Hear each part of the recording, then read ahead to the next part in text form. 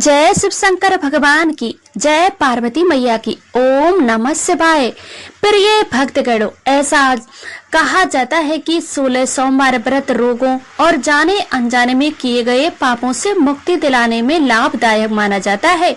अगर आप भी अपने खुशहाल वैवाहिक जीवन या मनचाहे वर की प्राप्ति के लिए 16 सोमवार व्रत रख रही हैं, तो इस व्रत को रखने के साथ ही हर सोमवार की पूजा के दौरान इसकी व्रत कथा को सुनना या पढ़ना बहुत जरूरी होता है। ऐसा कहा जाता है कि 16 सोमवार व्रत रखने के बाद 16 सोमवार की इस कथा का पाठ अवश्य ही करना चाहिए, अन्यथा यह व्रत अधूरा रह जाता है। ऐसे में चलिए आपको बताते हैं 16 सोमवार की व्रत कथा, ताकि आपको इस व्रत का संपूर्ण फल मिल सके। 16 सोमवार की व्रत कथा। एक बार माता पार्वती और शिव जी मृत्यु लोक पर भ्रमण कर रहे थे। यात्रा करते हुए विदर्भ देश में अमरावती शहर में आए। उस शहर में एक सुंदर शिव मंदिर था, इसलिए महादेव वहां माता पार्वती के साथ रहने के लगे। एक दिन माता पार्वती शिव जी को चौसर खेलने को कहा। शिव जी भी राजी होकर चौसर खेलने लगे। उस समय मंदिर में दैनिक आरती करने आने वाले पुजारी से माता पार्वती ने पूछा, हम दोनों में से 64 में कौन जीतेगा? वह पुजारी था और भगवान शिव का भक्त भी था, इसलिए उसने तुरंत कहा, महादेव जी ही जीतेंगे। 64 खेल समाप्त होने पर पार्वती जीत गई, जबकि शिव जी हार गए। जब माता पार्वती गुस्से में उस पुजारी को श्राप देना चाहा तो शिव जी ने रोक दिया और कहा कि ये भाग्य का खेल है, उसकी कोई गलती नहीं है। फिर भी माता पार्वती ने उसे कोढ़ी होने का श्राप देकर उसे कोढ़ी बना दिया। वह काफी समय तक कोढ़ से पीड़ित रहा। उस मंदिर में एक अप्सरा दिन शिव जी की पूजा करने आई तो उसने पुजारी के कोढ़ को देखा। जब अप्सरा ने पुजारी से कोढ़ का कारण पूछा तो उसने पूरी कहानी उसे सुनाई। उस पुजारी को अप्सरा ने कहा कि इस कोढ़ से छुटकारा पाने के लिए 16 सोमवार व्रत करना चाहिए। पुजारी ने पूछा कि व्रत करने का क्या तरीका है? सोमवार को नहा धोकर साफ कपड़े पहनकर आधा किलो आटे से एक पंजीरी बनाना चाहिए। इसी 3 भागों में बांटकर प्रदोष में भगवान शिव जी की पूजा करना चाहिए। फिर 1/3 पंजीरी को आरती में आने वाले लोगों को प्रसाद के रूप में देना चाहिए। इस तरह 16 सोमवार तक यह विधि अपनाना चाहिए। 7वें सोमवार को 1/4 गेहूं के आटे से चूरमा बनाकर शिव जी को अर्पित कर लोगों में बांट देना, इससे आपका कोढ़ दूर होगा। इसी तरह 16 सोमवार व्रत करने से उसका कोढ़ दूर हो गया और वह खुश होने लगा। एक दिन शिव जी और माता पार्वती उस मंदिर में वापस आए और पुजारी को पूरी तरह से स्वस्थ पाया। माता पार्वती ने उस पुजारी से अपने स्वास्थ्य को सुधारने का राज पूछा। उस पुजारी ने बताया कि उसका कोढ़ दूर हो गया क्योंकि उसने 16 सोमवार को व्रत रखा था।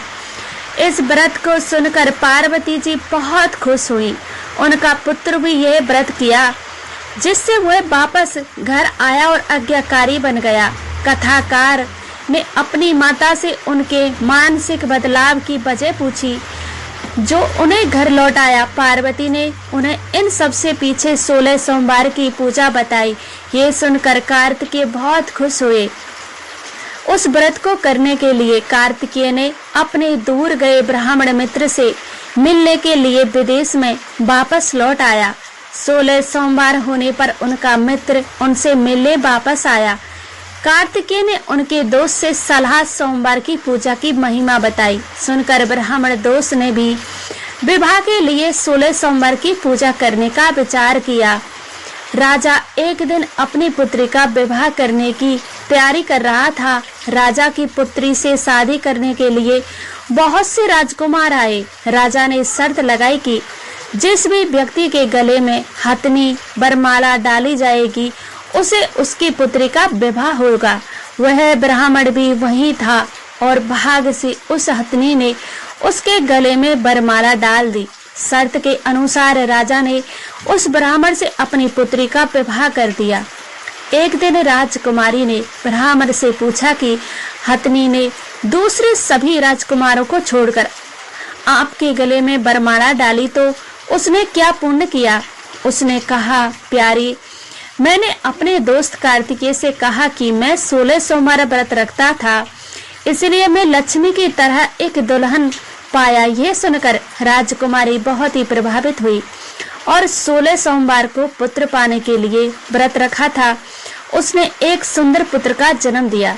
जब पुत्र बड़ा हुआ तो उसने माँ से पूछा कि आपने क्या किया जो आपको मेरे जैसा पुत्र दिया। माँ ने भी उसे 16 सोमवार की महिमा बताई। यह सुनकर उसने भी राजपाट के लिए यह व्रत रखा। राजा अपनी पुत्री को विवाह करने के लिए वर खोज रहा था तो लोगों ने उसे सही वर बताया। राजा को जानकारी मिलने ही उसने अपनी पुत्री को उस बालक से विवाह कर दिया। राजा का कोई भी पुत्र नहीं था, इसलिए वह कुछ सालों बाद राजा बन गया। राजपाट मिलने पर भी वह सोमवार को व्रत रखता रहा।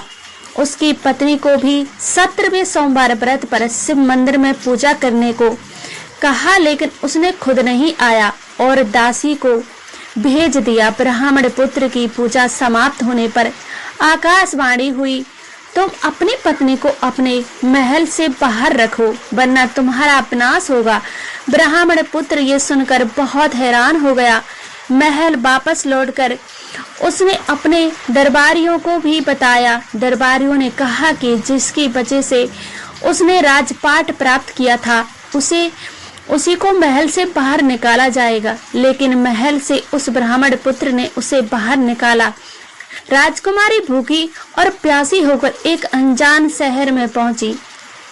बूढ़ी महिला वहां धागा बेचने बाजार जा रही थी। उसने राजकुमारी को देखा और उसे व्यापार में मदद करने को कहा। राजकुमारी ने भी सिर पर एक टोकरी रखी। वह कुछ दूरी पर चलने के बाद एक तूफान से उड़कर चली गई। अब बुढ़िया रोने लगी और राजकुमारी को मूर्ख समझकर चले जाने पर कहा। तब वह एक तेली के घर आ गई, जहां सब तेल के घड़े फूट गए और तेल बहने लगा। उस तेली ने भी उसे मूर्ख समझा और उसे वहां से निकाल दिया। बाद में वह एक सुंदर तालाब के पास पहुंची और जैसे ही वह पानी पीने लगी उसमें कीड़े चलने लगे, जिससे पूरा तालाब धुंधला हो गया। अपने दुर्लभ को कोसते हुए उसने गंदा पानी भी पी लिया और पेड़ के नीचे सो गई, जिसकी सारी पत्तियां झड़ गईं।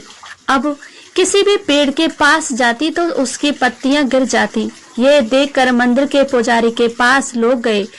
उस राजकुमारी की पीड़ा को समझने में पुजारी ने कहा, बेटी तुम मेरे परिवार में रहो, मैं तुम्हें अपनी बेटी की तरह रखूंगा। तुम्हें मेरे आश्रम में कोई भी तकलीफ नहीं होगी। वह इस तरह आश्रम में रहने लगी। अब वह खाना बनाती या पानी लाती तो उसमें कीड़े पड़ जाते। ये सब देखकर पुजारी आश्चर्यचकित होकर उससे बोला, बेटी तुम्हारी ऐसी हालात आप पर कैसा कोप है। उसने वही कहानी सुनाई जो शिव पूजा में नहीं सुनाई जाती थी। उस पुजारी ने शिव जी की पूजा की ओर कहा कि 16 सोमवार का व्रत रखने से उसे राहत मिलेगी। उसने 16 सोमवार व्रत रखा और 16वें सोमवार पर ब्राह्मण पुत्र ने सोचा कि वह कहाँ होगी और उसे उसकी खोज करनी चाहिए। उसने अपने पुत्र को अपनी पत्नी को खोजने को कहा। पुजारी के घर जाकर उन्हें राजकुमारी मिली। वे पुजारी से राजकुमारी को घर ले जाने को कहा, लेकिन पुजारी ने कहा कि उनका राजा खुद आकर इसे ले जाएगा। राजा खुद वहां गया और राजकुमारी को अपने महल में वापस लाया। इस प्रकार 16 सोमवार व्रत करने वाले व्यक्ति की सभी मनोकामना पूर्ण होती हैं और उसे मन चाहा फल प्राप्त होता है। प्रिय भक्तगणों, आपको ये कहानी कैसी लगी? अगर अच्छी लगी हो तो एक लाइक अवश्य कीजिएगा। अगर आप इस चैनल पर नए हैं तो चैनल को सब्सक्राइब कर लीजिए और बेल आइकन